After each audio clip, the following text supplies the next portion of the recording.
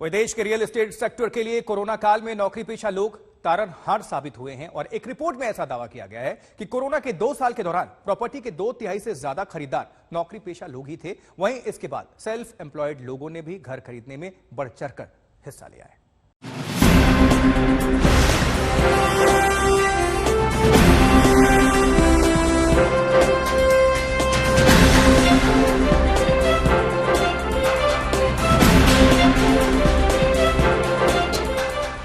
Corona काल के बाद से रियल एस्टेट में आई तेजी से हर कोई हैरान है।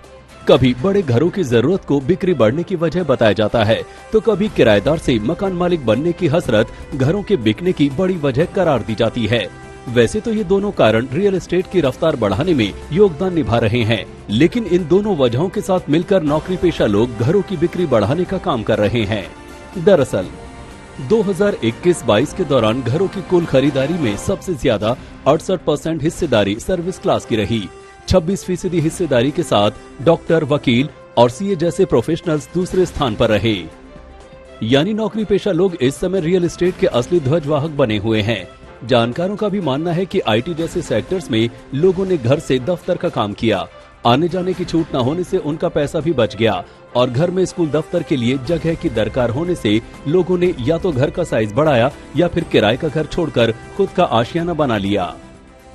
पिछले 1 दशक से रियल एस्टेट मार्केट इंडिया में एक एंड यूजर मार्केट रही है, लेकिन जो लेटेस्ट सर्वे आया है उसमें 2 बातें निकल के आई हैं कि बिजनेस क्लास की contribution and private equity funds की इन्वेस्टमेंट रियल एस्टेट सेक्टर में बढ़ी है।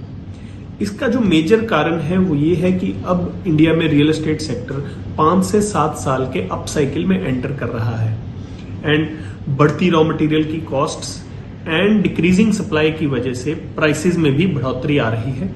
इसलिए इन्वेस्टर्स को उम्मीद है कि real estate as an asset class अब आगे कुछ सालों में अच्छी रिटर्न देगा।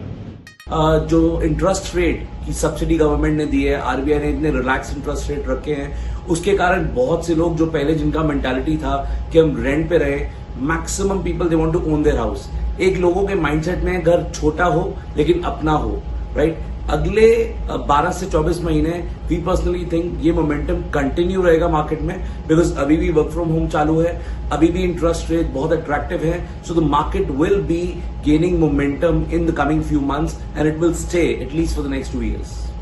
अगर बिक्री के आंकड़ों पर नजर डालें तो ये भी बड़े घरों की डिमांड बढ़ने की तस्दीक कर रहे हैं।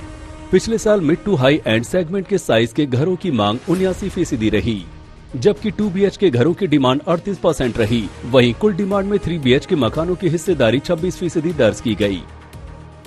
दिल्ली NCR में 4 BHK घरों की बिक्री सबसे ज्यादा रही। रिपोर्ट के मुताबिक दिल्ली NCR में 4 BHK घरों की बिक्री सबसे ज्यादा 17% रही। इसके अलावा कुल बिक्री में 16% हिस्सेदारी स्टूडियो अपार्टमेंट्स की रही।